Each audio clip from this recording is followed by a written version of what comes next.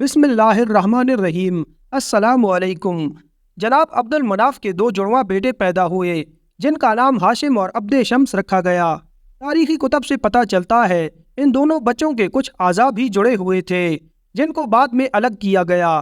جب یہ بات نجومیوں تک پہنچی تو انہوں نے پیشن گوئی کی کہ ان دونوں کی اولادیں ہمیشہ رنجش میں رہیں گی اور ایک دوسرے سے آگے نکلنے کی دوڑ میں لگی رہیں گی۔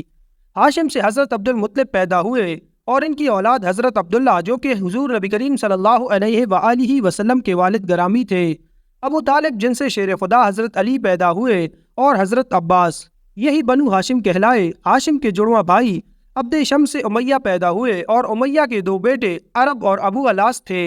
عرب سے ابو سفیان، معاویہ اور یزید تھے، جبکہ ابو الاس سے حکم عفان، حکم سے مروان، عبد الملک یزید کے بعد بنو امیہ کے سارے مروان بن حکم سے ہی تھے۔ چنانچہ امیہ کی آل اولاد بنو امیہ کہلائی، یعنی ہاشم اور چچا زاد بیٹے کا نام امیہ تھا۔ جناب ہاشم اور امیہ کے درمیان پہلی چپکلش کعبہ کی تولیت پر ہوئی۔ اسی طرح حضرت عبد المطلب ابن ہاشم اور حرب ابن امیہ میں ساری زندگی جنگ کی کیفیت سی رہی، جو کہ تمام تاریخی کتب میں موجود ہے۔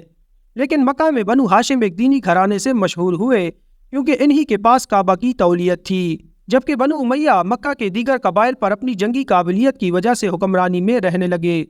اسی طرح جب بنو ہاشم میں حضرت محمد صلی اللہ علیہ وآلہ وسلم نے نبوت کا اعلان فرمایا تو اکثر بنو امیہ کے لوگوں نے یہ کہہ کر ان کو ماننے سے انکار کیا کہ اگر نبوت ہوتی تو وہ ہمارے خاندان میں ہوتی۔ جنگ بدر اور جنگ صفین بنو ہاشم اور بنو امیہ کے درمیان ہی لڑی گئیں۔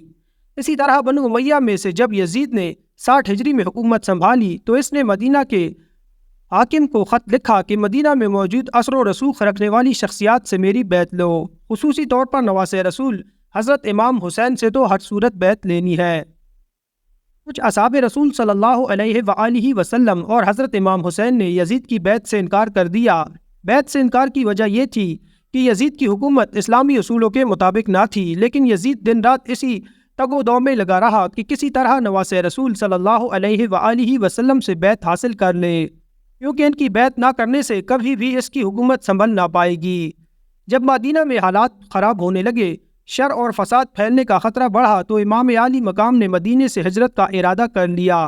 28 رجب کو نواسہ رسول صلی اللہ علیہ وآلہ وسلم نے اپنے قافلے کے ساتھ مدینہ سے ہجرت کی اور یہ قافلہ 3 شعبان کو مکہ پہنچا۔ مکہ میں آپ کا خیر مقدم کیا گیا اور جوک در جوک آپ سے ملنے آتے۔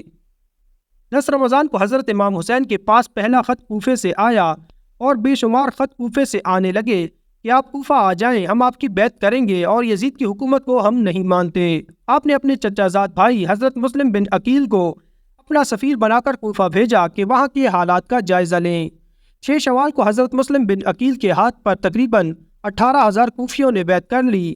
حضرت مسلم بن عقیل نے نواسہ رسول صلی اللہ علیہ وآلہ وسلم کو خط لکھ دیا، یہ حالات سازگار ہیں، آپ کوفہ تشریف لے آئیں۔ ادھر خط حضرت امام حسین کو ملا تو آپ نے کوفہ کی جانب حضرت شروع کر دی۔ ادھر یزید نے کوفہ کے صحابی گورنر کو برطرف کر کے عبید اللہ ابن زیاد کو بصرہ کے ساتھ ساتھ کوفہ کا گورنر بنا دیا۔ عبید اللہ ابن زیاد پہلے سے ہی اپنی صفاقی کی وجہ سے عراق میں مشہور تھا۔ ابن زیاد نے لوگوں کو ڈرایا دھمکایا اور قید میں ڈال اور آخرکار حضرت مسلم بن عقیل کو بے دردی سے شہید کر دیا گیا۔ دوسری طرف حضرت مسلم بن عقیل کا خط پڑھ کر حضرت امام حسین نے اپنے قافلے کے ساتھ کوفہ کی جانب ہجرت شروع کر دی۔ عبداللہ ابن زیاد کو جب جگر گوشہ رسول صلی اللہ علیہ وآلہ وسلم کی کوفہ کی جانب روانگی کا علم ہوا تو اس نے حسین بن تمیم کو 4,000 کا لشکر دے کر قادسیہ کی جانب روانہ کیا کہ ان علاقوں کی سخت نگرانی کی جا سکے تاکہ ان علاقوں سے آمد و رفت کرنے والے افراد کی نقل و حرکت سے آگاہی حاصل کر سکے۔ اور بن یزید ریاحی کا 1,000 کا لشکر بھی حسین بن تمیم کے لشکر کا حصہ تھا جو قافلہ حسینی کا راستہ روکنے کے لیے بھجوایا گیا تھا۔ 61 ہجری 2 محرم کو حضرت امام حسین کے قافلے کو روک دیا گیا۔ جب امام عالی مقام کو پتہ چلا کہ یہی کربلا ہے تو آپ نے حکم دیا کہ خیمے نصب کر دیے جائیں۔ کربلا میں فوج کا سپہ سالار عمر بن سعد تھا جو کہ خون ریزی سے بچنا چاہتا تھا، لیکن کوفہ میں موجود گورنر عبید اللہ ابن زیاد کو شمر نے جنگ کے لیے اکسایا اور آخرکار 9 محرم کو شمر 4,000 سپاہی لے کر کربلا پہنچ گیا اور ساتھ میں عمر بن سعد کے لیے دھمکی آمیز خط لے کر آیا، تو حضرت امام حسین سے بیعت لو یا پھر ان کے ساتھ جنگ کرو۔ 10 محرم کو نواس رسول صلی اللہ علیہ وآلہ وسلم اپنے جانثاروں کے لاشیں اٹھا اٹھا کر نڈال ہو چکے ہیں، لیکن شجاعت حیدری کی جھلک اب بھی چہرے پر چمک رہی ہے۔ شیر خدا کے شیر اپنے تمام اثاثے لٹانے کے بعد خود گھوڑے پر سوار ہوتے ہیں۔ حضرت بی بی زینب رکاب تھامتی ہیں۔ یزیدی لشکر جب تلوار حیدری کو میدان میں دیکھتے ہیں تو ایک دفعہ ہلچل مچ جاتی ہے۔ وہاں موجود ہر شخص جانتا ہے کہ نبی صلی اللہ علیہ وآلہ وسلم نے فرمایا تھا، حسین مجھ سے ہے اور میں حسین سے ہوں، لیکن بدبختوں کی آنکھوں پر لالچ اماں نے پردہ ڈال رکھا تھا۔ ہر کوئی دربار یزید میں اونچا مقام اور انعام و کرام حاصل کرنا چاہتا تھا، لیکن تاریخ نے ایسی بزدل فوج نہ دیکھی۔ سبھی ایک دوسرے کا منہ دیکھ رہے ہیں کہ شہسوار کربلا کا مقابلہ کون کرے گا۔ جیسے ہی امام علی مقام میدان کی طرف بڑھتے ہیں تو شمر کہتا ہے، دور سے ہی تیر چلانا شروع کر دو۔ امام علی مقام کو تیر لگ چکے ہیں۔ شمشیر حیدری پر پورا لشکر یکبارگی سے حملہ آور ہوتا ہے۔ خوف کے مارے فوجیوں کی گردنیں کٹ رہی ہیں۔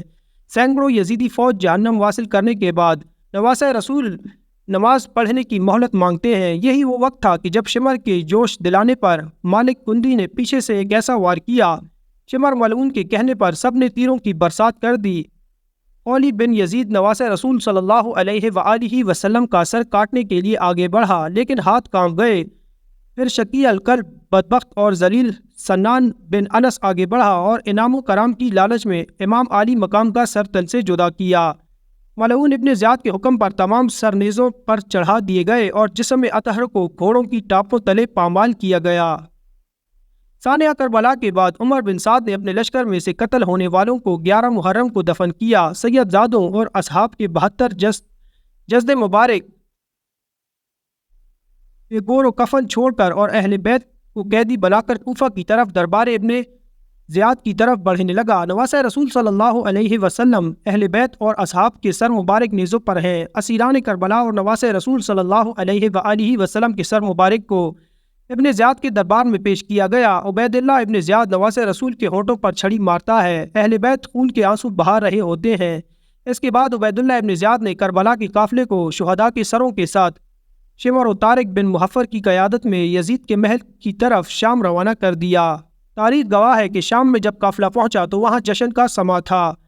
زہر بن قیس نے نمائندگی کرتے ہوئے واقعہ کربلا کی ساری تفصیل یزید کو سنائی۔ ایک سونے کے تشت میں حضرت امام حسین کے سر مبارک کو یزید کے سامنے پیش کیا گیا۔ یزید نے جب نواس رسول صلی اللہ علیہ وآلہ وسلم کے سر مبارک کی توہین کی تو وہاں موجود حاضرین نے اعتراض کیا، جس میں قابل ذکر یحییٰ بن حکم اور صحابی رسول حضرت ابو برزہ اسلمی تھے، جن کو یزید نے اپنے محل سے نکال دیا۔ اس کے بعد دختر سیدہ کائنات حضرت زینب نے ایک تاریخی ساز خطبہ یزید کے دربار میں دیا، جس سے وہاں موجود لوگوں کے دل لرز اٹھے۔ یزید جب پریشان ہوا تو اس نے قافلے کو آزاد کرتے ہوئے مدینہ بھیج دیا۔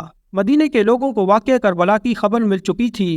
جیسے ہی قافلہ مدینے پہنچا تو وہاں قیامت برپا ہو گئی۔ حضرت امام زین العابدین کی نظر روضہ رسول صلی اللہ علیہ وآلہ وسلم پر پڑی تو آپ بس اتنا کہہ سکے، یا رسول اللہ صلی اللہ علیہ وآلہ وسلم اپنے نواسے کا سلام قبول فرمائیں۔ بس اس کے بعد مدینے میں ایک نہ تھمنے والا آنسوؤں کا سیلاب آ گیا۔ ناظرین، ویڈیو پسند آئی تو ویڈیو کو لائک کریں۔ اگر آپ ہمارے چینل پر ہیں تو چینل کو بھی سبسکرائب کر دیں اور ویڈیو پر ایک اچھا سا کمنٹ کرنا مت بھولیں۔ ملتے ہیں نیکسٹ ویڈیو میں، تب تک کے لیے اپنا خیال رکھیں۔ اللہ حافظ۔